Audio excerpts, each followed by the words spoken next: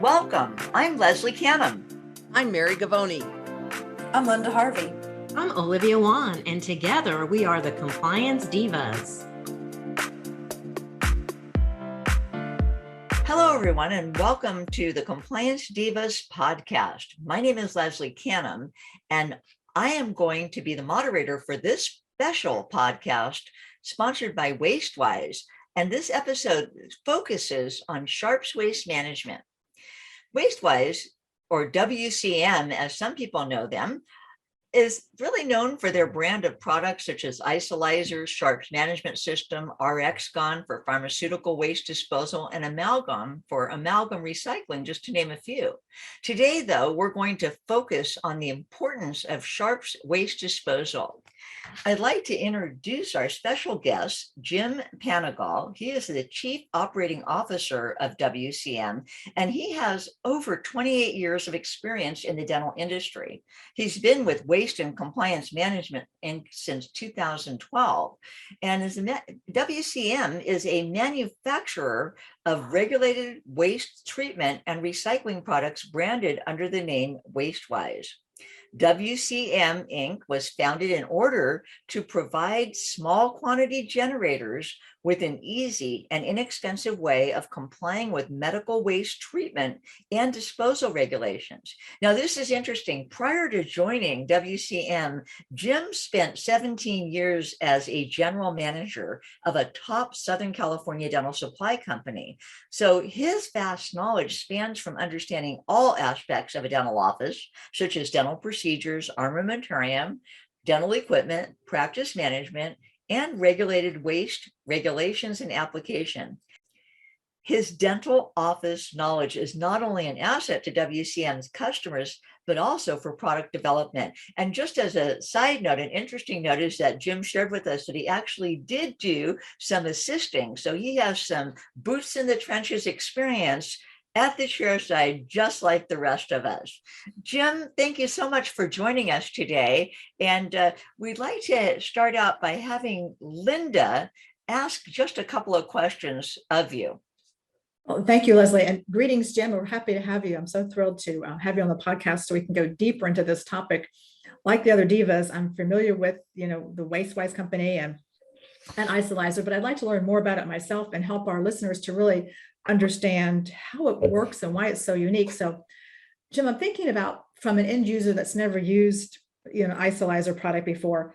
So if you could explain not only why is it unique and what makes it work, but also just some little known facts like what happens to all the liquid that's in there. Is there room for sharps because there's liquid, and just does the lid come off? Does it evaporate? Just maybe just some real, foundational parts of how this product works. Sure. Thank you, Linda. And thank you, Leslie, also for the opportunity to speak with you all. The Isolyzer, what makes it, for someone who hasn't used it prior, is looking at it. What it is it's an FDA cleared class 2 medical device, as all sharps containers must be. Ours is unique because our FDA clearance also includes the treatment liquid that's inside the container.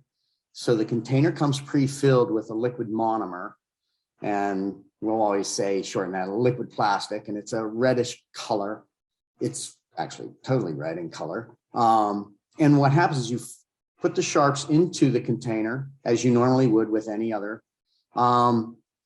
When the container becomes full, it comes with two catalyst packs, an A and a B.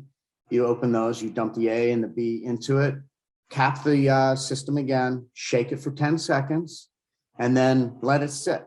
And we say let it sit for up to 24 hours. What happens is a reaction occurs, and it converts that liquid into a solid polymer. It's called a polymeric matrix, a fancy term.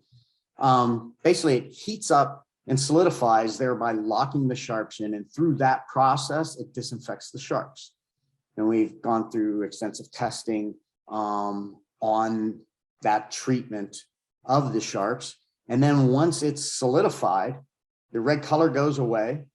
There's a sticker that comes in the product. You cover the biohazard symbol up, and then in most states and jurisdictions, you throw it in the trash, and that's how it's treated. So what's unique about it is that untreated sharps never leaves the office, and we are patented. We're the only system that works in this fashion. And that's hard for people to wrap their head around too, because what do you do with sharps or any other PIM, potentially infectious material? It's verboten, don't throw in the trash. So that's how it works. And the uniqueness is that you can throw it in the trash. One, it's zero emissions. And what I mean by, I take that into carbon emissions. So we have our factory where we produce these is solar powered. It gets to offices by normal means. The treatment is no power. It's done by the reaction, and then it's disposed of through a regular pickup of trash. And all sharps, when treated, end up in a landfill. That's what most offices don't understand. I think most think they just disappear and it's great, or they're incinerated. Incineration has been really clamped down. This is the other unique part is I believe there's only 11 or 12 incinerators in the United States, and therefore hazardous wastes and then your pharmaceutical waste and things like that. But all sharps, all red bag waste is autoclaved, just like in the dental office. It's just a walk-in big steam sterilizer. So in that uniqueness, and there's no contact. You don't have extra people visiting the office. You mentioned the liquid. We recommend that you keep the unit capped. Unlike other sharps containers where the cap goes on at the end and then you can't get it off, ours screws on and screws off because of the nature of how it is used. And that's part of the approval also. So you recommend really at the beginning of the day, you uncap it, fill with sharps at the end of the day, put the cap on. If you leave it uncapped for a typical container will last about 3 to 4 months. That's how we kind of size them for the office. Yes, the liquid will evaporate. It's the water. It's primarily water with then some monomer in there. So you want to keep it capped overnight and not leave it uncapped. So Well, that I makes believe perfect there was sense. something else. No, that makes perfect sense, Jim. And I appreciate that because the capping piece reminds me of the pop-up wipes, you know, when we go into offices and the wipes, so it's all going to evaporate. Yep. But I would, before I turn the mic back over to Leslie for another question, I would like to just thank you for bringing up the fact that this is an FDA class 2, you know, cleared device and as required by all sharps containers. So I know all of us divas over the years have been on site doing a mock inspection, and you open up underneath the sink in the sterilization area, and there's some kind of bucket, whether it's a bleach bottle or some other milk carton or whatever it is that's being used for sharps, and that is not an FDA cleared device. And I think our listeners, that's a good point for a reminder. So thank you, Jim. Sure. Well, we'd like to ask Mary to bring up a few points that she has regarding the key differences of either using a sharps disposal container pickup service and using something like Wastewise. Sure. And I think, Jim, you already sort of touched on some of the differences or the advantages of using the Wastewise SMS. Is there anything else that you would add to the fact that I loved your description about it is eco-friendly and low emission and so forth, but what are some other advantages that you see in using this type of system? In Mary, and I think you're saying in relation to, say, a pickup system. To a pickup system. Pickup service.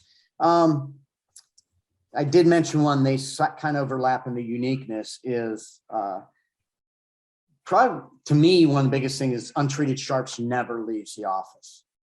if you have pickup service, untreated sharps are always leaving the office. And so now the pickup services are cleared, they're DOT monitored, all these regulations, and they meet all that. I don't mean to imply anything like that, but there's always room when you have untreated sharps out and about that it's just dangerous. That's one fact. So we're different there. I believe we're easier. It's no one has to come visit. No one interrupts the flow of the office on a daily basis. That's one thing that my experience in working with dental offices, you try not to be, and you don't impose on the office.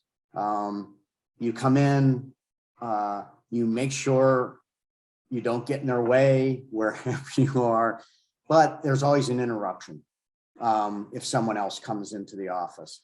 And in these times, you carry more, there's more contacts in, let's speaking in COVID terms nowadays. We have no contracts. Most pickup services, you need a contract because they have the infrastructure, the trucks and all that. So you're on a contract. We have no hidden fees. We have no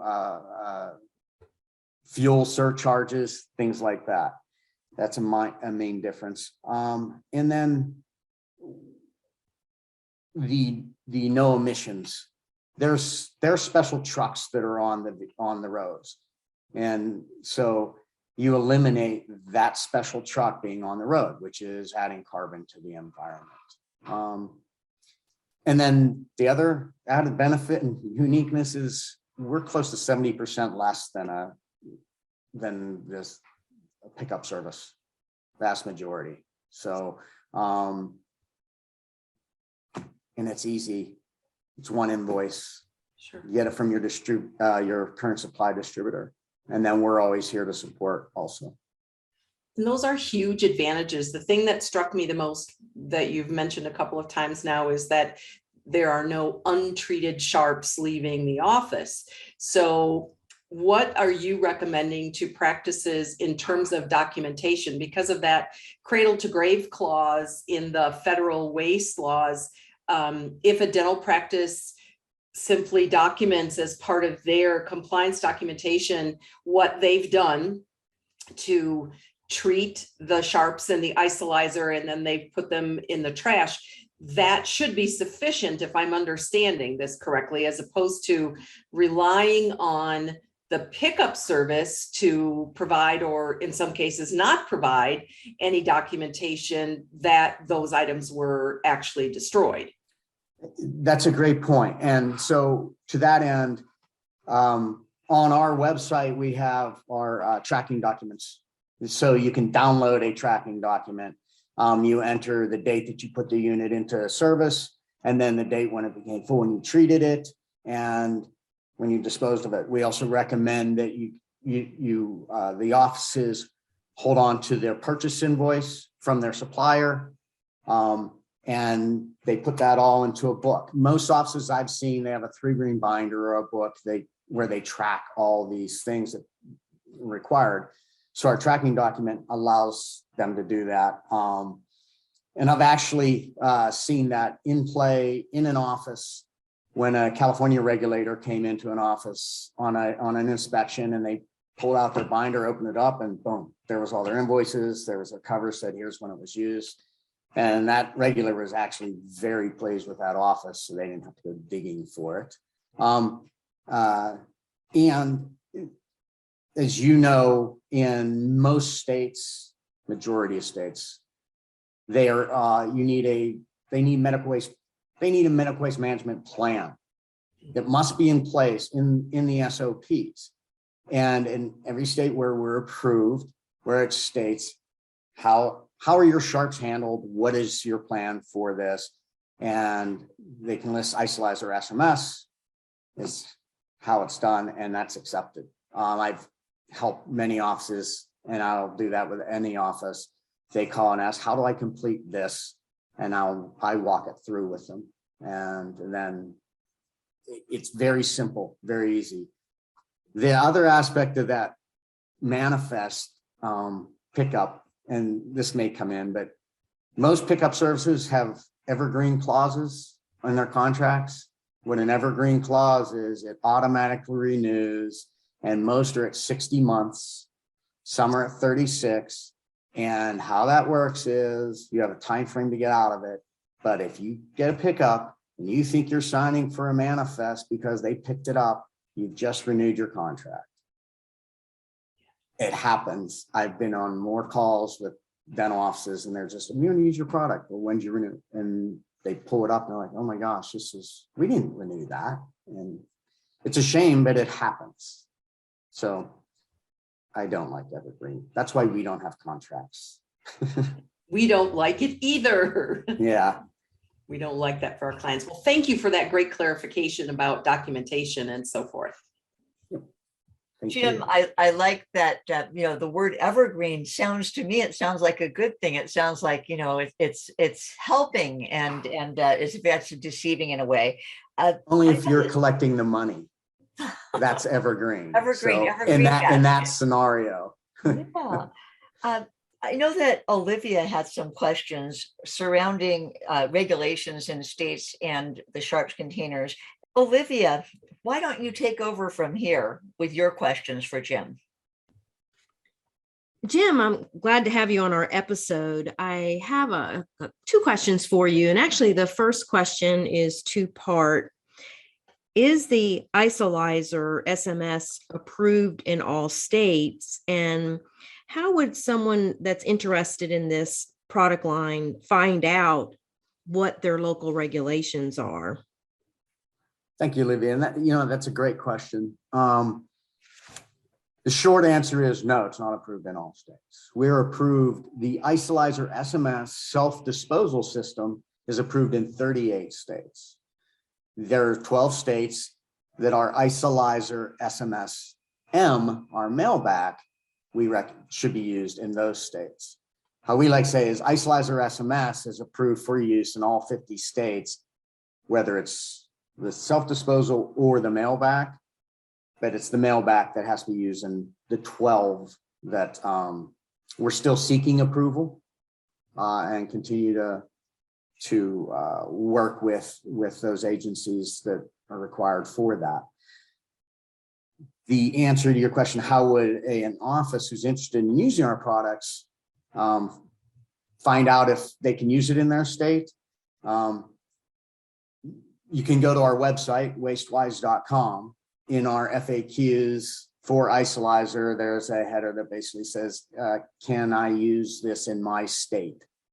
And it lists all the states that you have availability, you can use the product.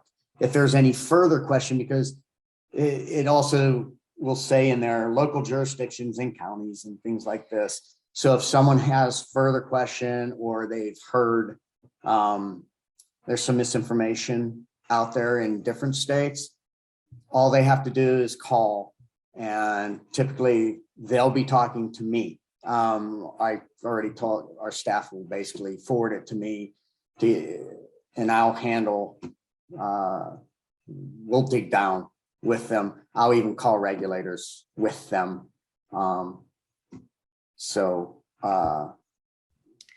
That's the easiest way to do it. And you can even shoot an email to us at info@wastewise.com, whatever is best for that office and how they want to operate. Just contact us, but it is on our website. That sounds great, Jim. I think our listeners would be very interested in the fact that you mentioned that there's no contracts, especially these evergreen contracts that locks them in for 5 years. So how would a dental practice purchase this product? And what if they are interested in a contract? They purchase the product. Dental offices, we're available through all major distributor dental supply companies. I call them distributors. And then quite a few, most of the smaller regional dental supply companies. And if we're not with their listed, we have a list of supply companies and they can just ask. And pretty much most of them, they carry our products. or they can just contact us and we'll place the order for them through their distributor. So, and then keep them in the loop on that. And I'm sorry, what was the second part of the question that you asked there? And what if they are interested in the contract? Well, you know what? We say we have no contracts. If someone absolutely would have to have a contract, we're in the business of pleasing our customers and making sure that we can work with everyone. Then after I would talk to them and ask them absolutely why, I'm sure we could figure out a way to put them in a contract. I don't see where we would have that conversation, most like the other way. But I'm not going to say no and never to anything. We appreciate that, Jim. Thank you. Sure. Well, Jim, the Divas have had a lot of experiences with dental practices that have misused their sharps containers. So I'd like to take this opportunity to share with our listeners, because I think a lot of times people learn from the do's and don'ts and the horror stories. And so for myself, I recall in California, we had a very prominent dentist, leader of his professional organization, who had a sharps container that was overfilled. And so the fill line is pretty much the place that you stop putting the sharps in. Someone has got to be in charge of watching that fill line. This dentist suffered from an $8,000 fine from OSHA for having his sharps containers overfilled. Now I'd like to pass the mic over to any of the other divas who have horror stories as well. Olivia? We assisted a client who was cited due to having all the sharps containers for many, many years stored in the attic.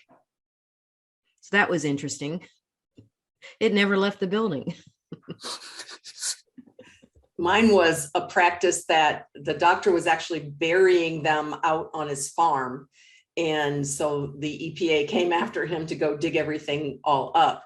I think it's important as well to note, although I live in Kansas now, I'm from Michigan, and I know that in Michigan's medical waste law, it says that those containers must be removed every 90 days. And so I'm sure that, Jim, that you all stay on top of those things as well, that they need to date those containers and make sure that they have been disposed of every 3 months. Linda? Thank you. So that reminds me of a story, Jim, real quick. I'll interject. Here in Florida, we have a very strict law, and it has to go off of our premises 30 days after that container is closed and it's at the full line. So there's no ifs, ands, or buts where it has to be disposed of. So I'm grateful for that. And oftentimes I want to apply that, a standard, if you will, to everywhere else that I go in the country, because I feel like that is just a really safe standard. And it's one that just makes a lot of sense, both professionally, ethically, and just all the way around for safety. Jim, you wanted to comment on that?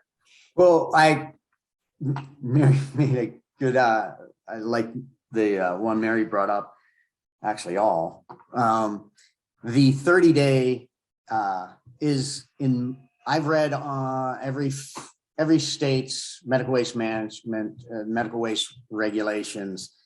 And it's interesting, most are very similar, and most have the 30-day time frame. The thing that's unique about Michigan is the 90 days once you put the first item into the sharps container, then pulling it out, and then it's capped, and then you have the time frame to get it out of your office.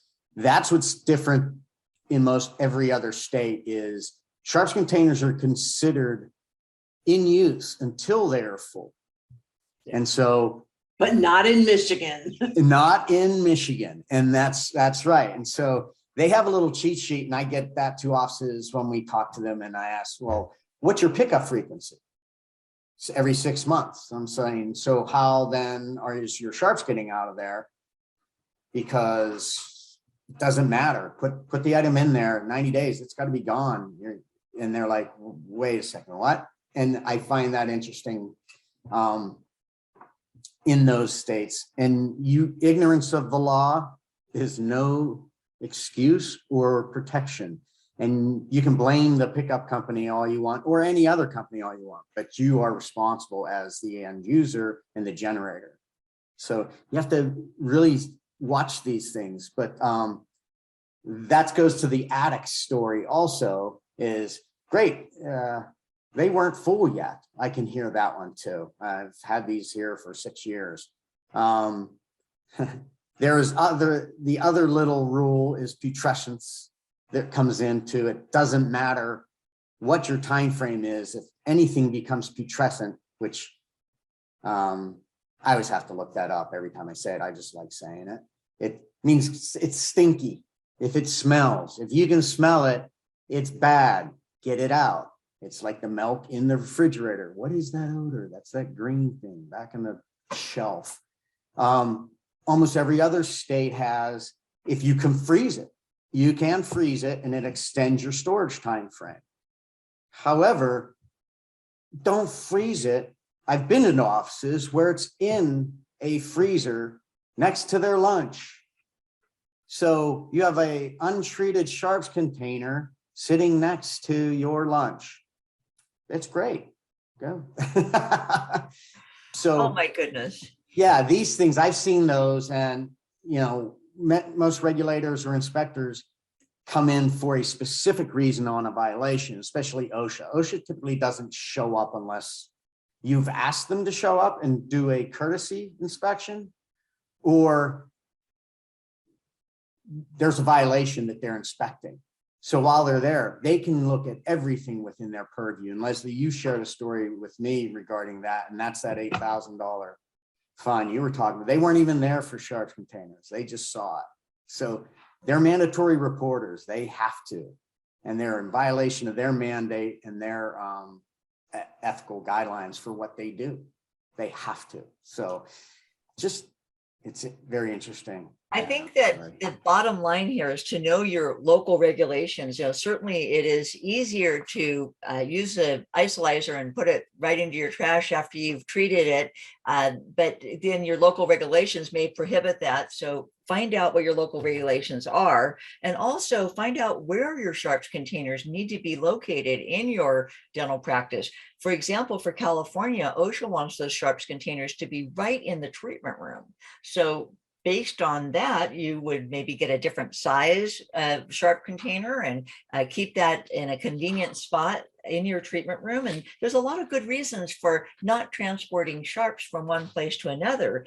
I think the best reason is that if someone can dispose of a contaminated sharp item at the point of use, they should, because if they have to transport it to another location in the practice and something happens, OSHA's going to say, well, why didn't you dispose of that at the point of use? Why did you carry that from one place to another?